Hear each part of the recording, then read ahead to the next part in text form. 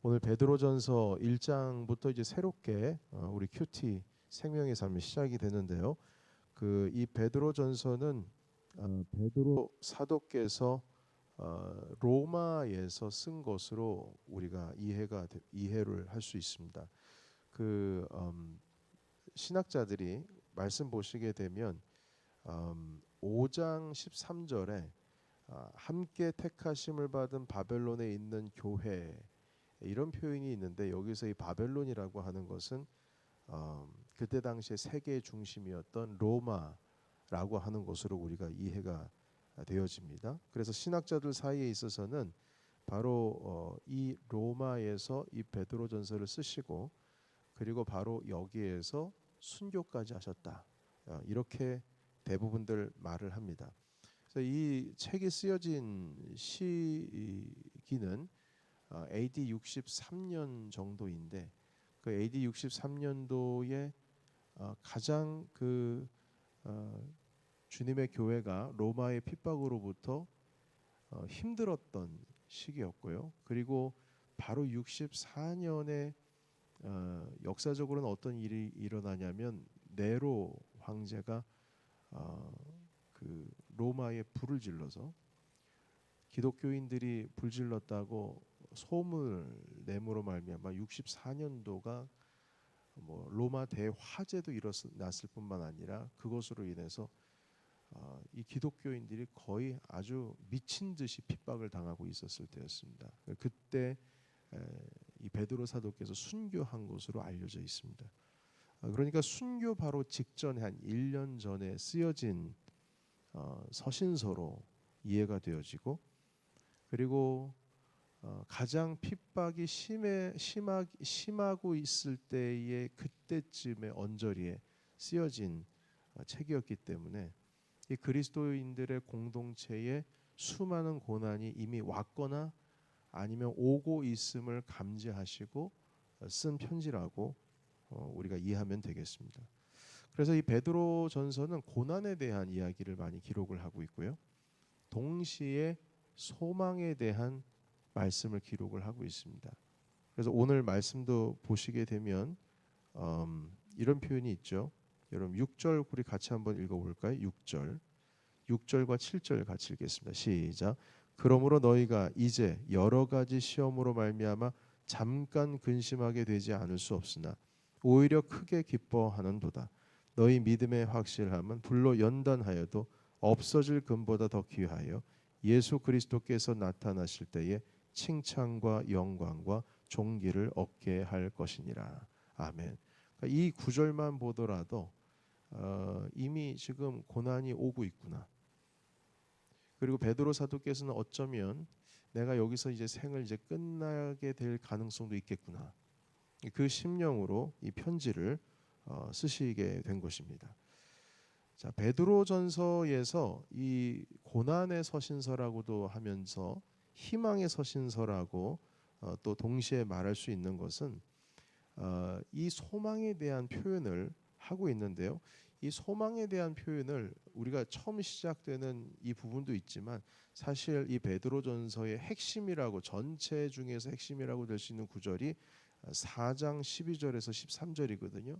일단 그 구절을 먼저 살펴보고 다시 1장으로 넘어오도록 하겠습니다.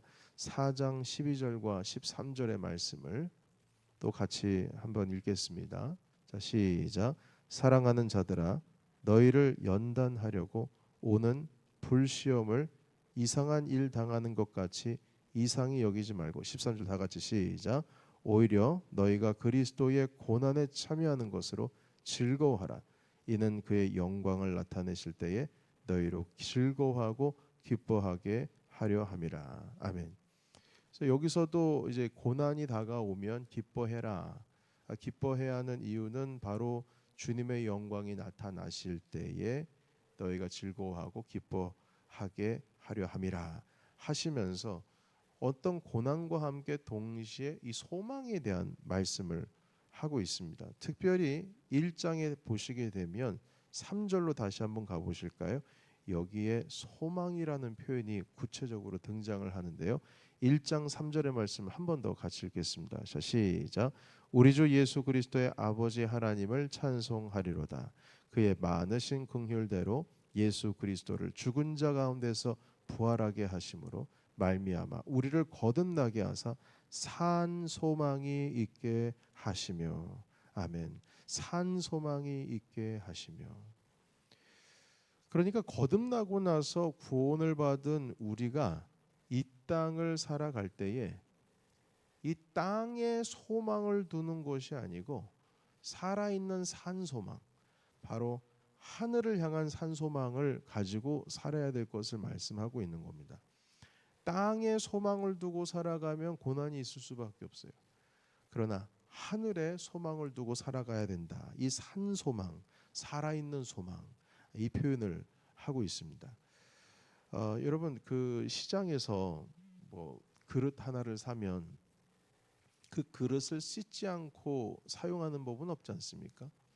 텀블러도 사면은 깨끗하게 안을 씻고, 뭐 특별히 스테인레스로 하면은 거기 연마제가 이렇게 끄여 있기 때문에 그것을 올리브 오일로 잘 닦고, 그리고 물에 좀 불려 놓고, 뭐 그런 식으로 해서 그릇도 그리고 텀블러도 그렇고 새로 샀다고 해서 그대로 쓰진 않지 않습니까? 마찬가지입니다.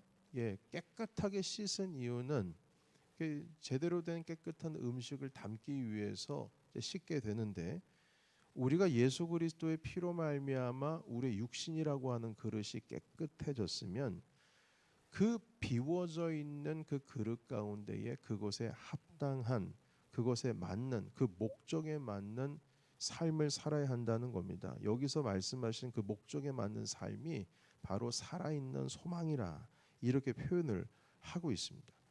그래서 이 베드로 서신서에서 말씀하시는 것은 그 목적, 살아있는 소망, 그것으로 인해서 하늘의 소망을 붙들고 우리가 살아야 된다. 그리고 특별히 3절에서 말씀하고 계시는 그 산 소망을 가지고 살아가는 자들에게는 오늘 특별히 본문 가운데 한 두 가지 정도의 능력이 있음을 말씀하고 있습니다. 첫 번째, 우리 5절에 있는 말씀을 함께 보실까요? 5절 같이 함께 읽겠습니다. 자, 시작. 너희는 말세에 나타내기로 예비하신 구원을 얻기를 위하여 믿음으로 말미암아 하나님의 능력으로 보호하심을 받았느니라. 아멘. 하나님의 능력으로 보호하심을 받는다. 이렇게 첫 번째 능력을 말씀하고 있어요. 그러니까 우리가 거듭나고 산소망을 품는다면 바로 주님의 보호하심에 대한 능력, 그것이 있다라고 하는 것입니다. 여러분, 그 주님이 우리를 보호하시는데 여기에서 이 보호라고 하는 말은 어떤 군대 용어라고 말합니다. 군인이 튼튼히 든든히 나라를 지키는 것처럼, 어떤 공동체를 지키는 것처럼 하나님의 능력으로 우리의 구원을 보존하신다는 겁니다.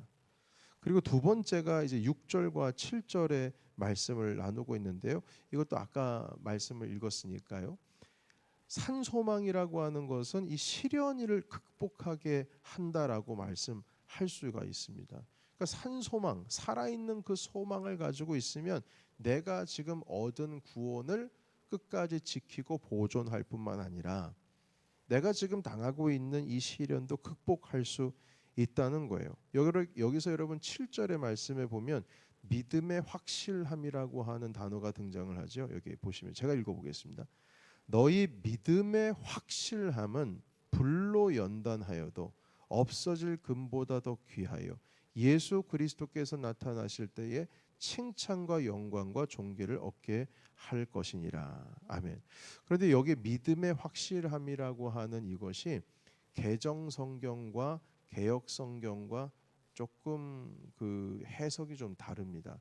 사실 이 7절에 있는 이 말씀을 뭐 문자 그대로 해석을 하게 되면 우리가 좀 이해하기가 어려울 것 같아서 이 7절에 지금 우리가 읽는 이 방식으로 해석을 한 것 같은데, 여기서 이 확실함이라고 하는 것을 다른 성경에서 뭐라고 해석을 하고 있냐면 시련이라고 해석을 하고 있습니다. 그래서 여러분, 이 시련이라고 하는 표현, 특별히 7절에 나와 있는 이 믿음의 확실함이라고 하는 것을 이렇게 표현하고 있어요. 믿음의 시련이 불로 연단하여도 이렇게 표현이 되어 있거든요. 그래서 이 시련이라고 하는 이 표현을 그 원어 헬라어 성경에는 도키미온이라고 하는 단어로 설명을 하고 있는데 그 표현이 지금 우리가 읽고 있는 성경 여기서 빠져 있는 거예요. 그런데 그 도키미온이라고 하는 이 시련, 이 의미는 당시에 두 가지 용도로 쓰여지고 있었다고 합니다. 첫 번째는 무엇이냐면 순금과 가짜 금을 감정할 때에 쓰는 단어가 시련이랍니다. 여러분 우리는 우리가 보통 구분할 때 이빨 한번 깨물어 보지 않습니까? 근데 그런 거 말고요. 실제로 금이 이게 진짜 금이냐 순금이냐 아니라고 얘기할 때에 그 금을 어떻게 그 확인할 길이 있지 않습니까? 그것이 시련이라는 거예요. 그러니까 지금 이 시련이라고 하는 이 도키미온이라고 하는 단어는 진짜 성도와 가짜 성도를 구별하기 위해서 쓰여진 단어. 순금과 그리고 불순물이 들어 있는 금을 보통 구분하기 위해서 연단이라고 하는 시련이라고 하는 단어를 사용하듯이 진짜 성도 그리고 가짜 성도를 구별하기 위한 단어로 지금 이 도키미온을 쓰고 있습니다. 그러니까 우리가 사실은 진짜 믿음의 사람이라고 하는 것은 우리가 평안할 때에 진짜 믿음이 드러나는 게 아니고요. 시련이 올 때에 참 신앙을 가진 사람이 누군가라는지 그것이 맞는지 아닌 사람인지 분별할 수 있다는 겁니다. 실질적으로 성경에 보시게 되면 많은 믿음의 사람들의 그 믿음이 더 밝게 빛이 나는 그 순간은 평안하고 평안하다라고 할 때가 아니라 고난이라고 하는 것이 올 때에 정말 이 사람의 믿음이 참된 믿음이었느냐 그것을 우리가 발견할 수가 있다라고 하는 것이죠. 그래서 여러분 이 믿다가 타락했다 이런 말은 엄밀한 의미에 있어서는 있을 수가 없습니다. 타락의 원인을 찾아보면 대부분 처음부터 제대로 믿지를 않았기 때문입니다. 자신이 나는 믿었어. 믿음이라고 하는 것을 자신은 확신하고 생각하고 그렇게 살아갔는지 모르겠지만 사실 진짜 믿음은요. 시련이 오면 그 믿음이 더 굳게 굳어지는 것이 참된 믿음이라는 거예요. 비가 오면 땅이 다져지는 것처럼 진짜 믿음은 시련이 오면 더 다져진다는 것이죠. 그래서 오늘 말씀의 이 시련이라고 하는 단어 아까 믿음의 확실함이라고 하는 것이 원래 시련이라고 하는 도키미온이라는 단어로 사용되어졌다고 말씀드렸지 않습니까? 그 시련이란 도키미온이라고 하는 단어는 참 그리스도인들을 구별하는 도구가 되고 있다는 것입니다. 그리고 또 한 가지 이 시련이라고 하는 도키미온의 그 사용의 용례는 무엇이냐면 의사들이 시험을 볼 때 사용을 했던 용어랍니다. 그때 당시에 말입니다. 그래서 당시에 의대생들이 의대생이라고 말하기보다는 의사를 준비하는 사람들이 치르는 시험을 바로 이 도키미온이라는 단어를 썼는데 이 시험을 통과를 하게 되면 어떤 일이 일어나냐면 더 높은 단계의 성숙을 의미할 수가 있겠죠. 왜냐하면 이 시험을 통과해야 의료인으로서 살아갈 수가 있으니까요. 이 시험을 통과하면 확정적으로 라이선스를 가지고 의사로서 활동을 하고 있는 것처럼 이 도키미온이라고 하는 이 시련을 통과를 하게 되면 그러면 참된 믿음의 사람이라는 라이선스를 받는 것과 똑같은 겁니다. 더 한 단계 높은 성숙해지는 그런 참된 믿음의 사람으로서 살아간다는 것으로 우리가 말할 수 있는 것이죠. 그래서 여러분 이 베드로전서에서 말씀하고 계시는 이 고난이라고 하는 것이 도대체 뭐냐?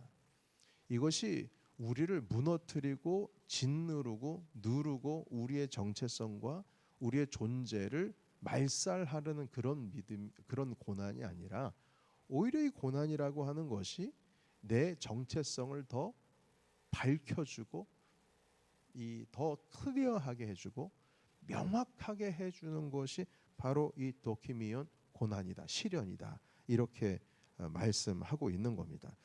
특별히 여러분 그 6절에 한번 말씀 다시 한번 보시면요. 6절 같이 함께 읽어볼까요? 자, 시작. 그러므로 너희가 이제 여러 가지 시험으로 말미암아 잠깐 근심하게 되지 않을 수 없으나 오히려 크게 기뻐하는도다. 아멘. 여기 시험이라고 하는 그 단어 앞에 보시게 되면 여러 가지 이렇게 되어 있잖아요. 여러 가지입니다. 여러분, 이 시험이라고 하는 표현이 여러 가지라고 하는 이 의미는 결론적으로는 이 시험이 다양성이 존재한다는 거예요. 그냥 어떤 한 가지 형태로 고난이나 시험이 오는 것이 아니라 여러 가지 다양한 모습으로 오게 됩니다.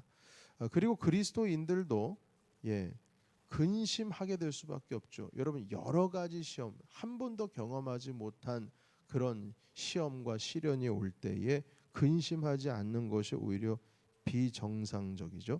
그러나 오늘 6절의 말씀을 보시게 되면 그 여러 가지 시험으로 말미암아 근심하지 않을 수가 없어요. 근데 그게 잠깐이에요. 잠깐입니다. 영원한 게 아니에요. 잠깐이에요. 그리고 나서 7절에 보시게 되면 이 시련을 통해서 예수님께서 나타나실 때의 칭찬과 영광과 존귀를 받는다. 이렇게 말씀을 하고 있습니다. 잠깐이거든요. 그래서 우리는 이 시련이라고 하는 것, 고난이라고 하는 것이 우리를 찾아올 때 그것이 여러 가지, 다양한 색깔로, 여러 가지 모습으로 한 번도 경험해 보지 못한 그곳으로 찾아올 때에 여러분, 우리는 하늘을 향해서 고개를 들어야 합니다. 주님께서 오시는구나.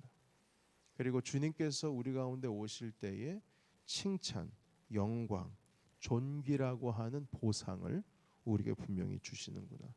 그래서 이 살아있는 소망이라고 하는 이 산 소망은 구원을 얻은 자로서 땅을 바라보면서 소망을 품는 게 아니라 하늘을 바라보고 산 소망을 품는 겁니다. 땅을 바라보면 사실 소망이 없죠. 이때 당시에는 완전히 시련 덩어리들이 그냥 굴러다니고 있었어요. 땅에는.